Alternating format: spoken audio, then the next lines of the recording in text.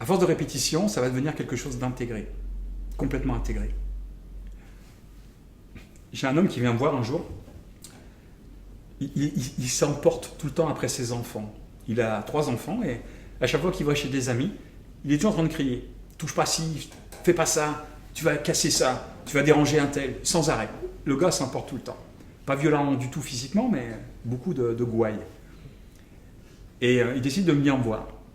On en parle, on travaille 2 fois ensemble. Puis j'envoie un petit mot, la deuxième fois, j'ai pas de retour. Pas de nouvelles. Ça arrive. Marqué quand je suis malade, j'ai la grippe, quand ça va mieux, j'appelle pas mon médecin pour dire que ça va mieux. Donc je le considère comme ça. Puis 3 mois après, je reçois un coup de fil, il prend rendez-vous. Il arrive au bureau, il me dit Manu, il y a un problème. Je lui dis qu'est-ce qui se passe? Il me dit écoute, depuis que je suis venu te voir, là, il y a un truc que je comprends pas. Là. Qu'est-ce que tu comprends pas? Mes amis n'arrêtent pas de me dire qu'avant, j'étais toujours en train de crier après les enfants. C'est pas vrai, j'ai jamais fait ça. Oh! J'enregistre toutes mes consultations sur un audio qui est mis sur un disque dur, qui est protégé, mais ça permet à mon client d'être en toute sécurité, de savoir qu'il ne peut rien lui arriver. Et en même temps, moi, ça me protège dans ma pratique. Je cherche le dossier sur le disque dur, puis j'appuie, je lui fais écoute. Il s'écoute, il change de couleur, il me dit c'est ma voix, mais c'est pas moi qui parle. Son schéma s'était tellement bien mis en place que pour lui, c'était quelque chose qui était complètement intégré. C'est quelque chose qui n'aurait jamais existé. C'est pas qu'il a oublié, mais c'est qu'il avait pris une distance là-dessus, et pour lui, ça n'appartenait plus. Ça nous ramène dans l'oubli. Beaucoup de personnes pensent qu'avec l'hypnose, on peut oublier certaines choses.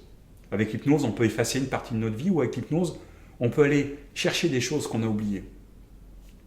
Si quelqu'un vous propose ça, fuyez-le. Fuyez-le. Notre cerveau se souvient de ce qu'il a besoin de se servir. Tout souvenir caché n'est pas un souvenir caché. Comment est-ce que vous savez que vous avez oublié quelque chose que vous pensez avoir oublié? Si vous l'avez oublié, vous ne le savez pas, vous l'avez oublié. Si vous savez que vous l'avez oublié, c'est que vous pensez que vous le savez encore. Posez-vous cette question. Ouais, j'ai un souvenir, il m'est arrivé un problème sexuel quand j'avais 2 ans, est-ce que je pourrais faire une régression? Waouh, qui c'est qui vous a raconté ça? Qui c'est qui vous a raconté que vous avez eu un problème quand vous avez eu 2 ans? Qu'est-ce que ça vous a apporté de le savoir aujourd'hui? Qu'est-ce que ça va changer? Qu'est-ce que ça va transformer? Si on se posait la question, là, comment ça se fait qu'il y a quelque chose qui vous fait penser qu'il y a eu un problème? Ah, j'ai un problème avec les hommes. Ah, j'ai un problème avec les hommes. Donc, toute personne qui a un problème avec les hommes a eu un problème sexuel quand il avait 2 ans. Bah, peut-être pas, non?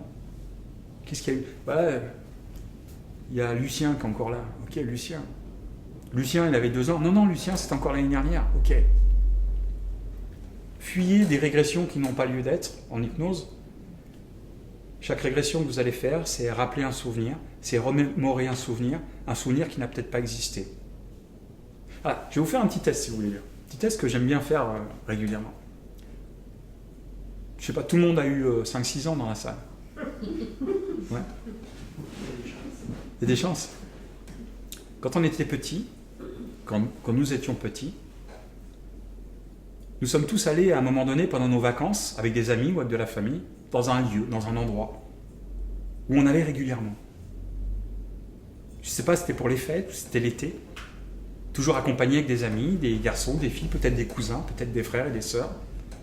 Il y a toujours un endroit où on se retrouve régulièrement, avec peut-être un grenier ou une cave, peut-être une chambre particulière où on se faisait des cabanes sous le lit, ou une tente, peut-être à l'extérieur où il y avait une petite cabane ou dans une forêt, où on avait l'habitude de s'installer tranquillement. On connaît tous ça.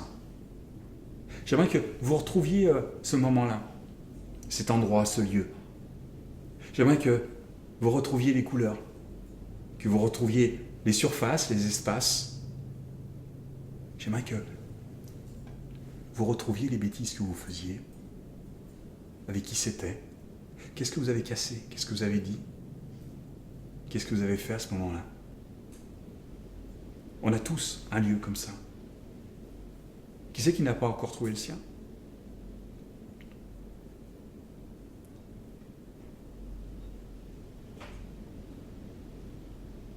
Un endroit où... Et puis quand on a grandi, on a arrêté d'y aller pendant un moment. Parce que la vie a pris le dessus, et puis on avait d'autres choses à faire.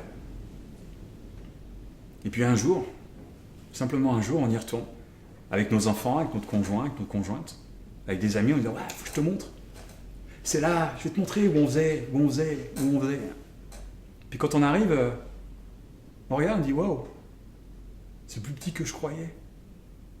Ah, je pensais que cette pièce, elle était là, que c'était pas là. Ah, c'était pas cette tapisserie qu'il y avait à l'époque, là. Si, ça fait 40 ans que c'est là. Ah bon? Ah, puis dehors, je croyais que c'était plus grand la cour que... » On a tous eu cette réflexion à un moment ou à un autre.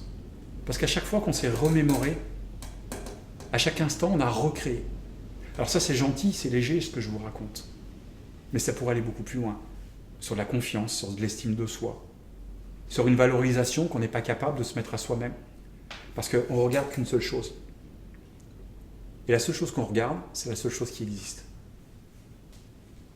Alors, réfléchissez un petit peu comment vous vous manipulez chaque jour. Comment est-ce que consciemment vous allez manipuler votre inconscient ou comment inconsciemment vous allez manipuler votre conscient. Et vous allez vous rendre compte que quand vous arrêtez à ce moment-là, et puis vous prenez du recul, oh, on se calme là. Un exemple, vous vous levez le matin. Oh, je suis fatigué, j'ai mal au dos, j'ai mal dormi. La journée va être difficile. Qui c'est qui va manipuler qui à ce moment-là? Alors arrêtez-vous à ce moment-là. Puis dites, oh, c'est encore moi qui décide comment la journée elle va être bonne. Et à partir de là, les choses vont changer, parce qu'on va rentrer dans un comportement et on va reprendre le contrôle sur ce fameux contrôle qu'on pensait avoir. Ça va jusque-là?